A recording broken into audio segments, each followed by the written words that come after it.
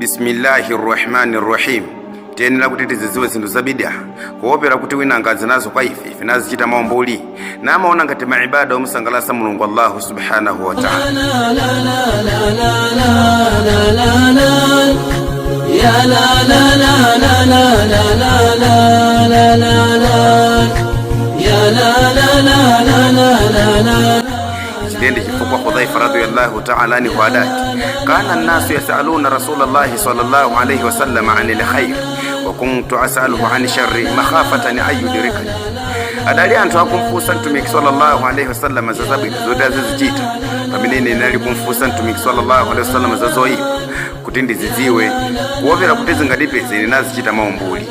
Ndipo Mola katuli wina wachiluya adati araftu sharri la li sharri lakin litawqi. Leziziwa zinthu zoyipa sicholinga choti ndizichite zoyipazo koma kuti ndithe kuzipewa.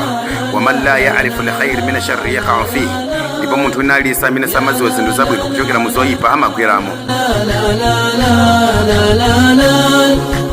Ya la la la la la la la la la ya la la la la la la.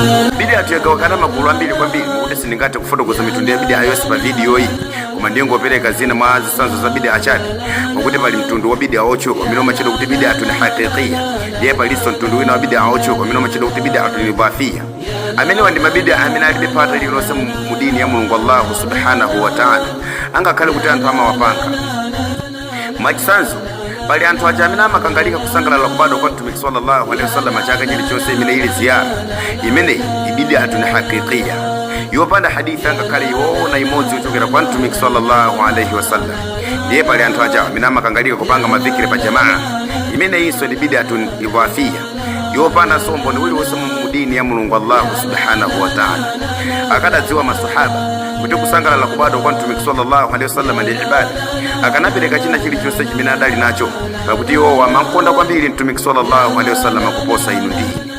Choncho tikuyenera kuti tiziziwe zinthu zimenezi kuopera kuti zingatipeze namaona ngati maibada omusangalasa Mulungu Allah subhanahu wa ta'ala.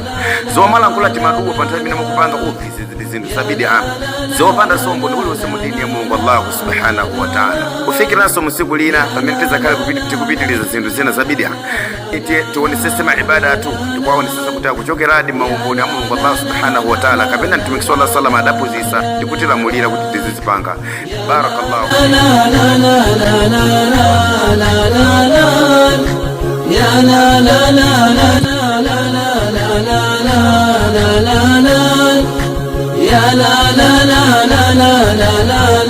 la la la.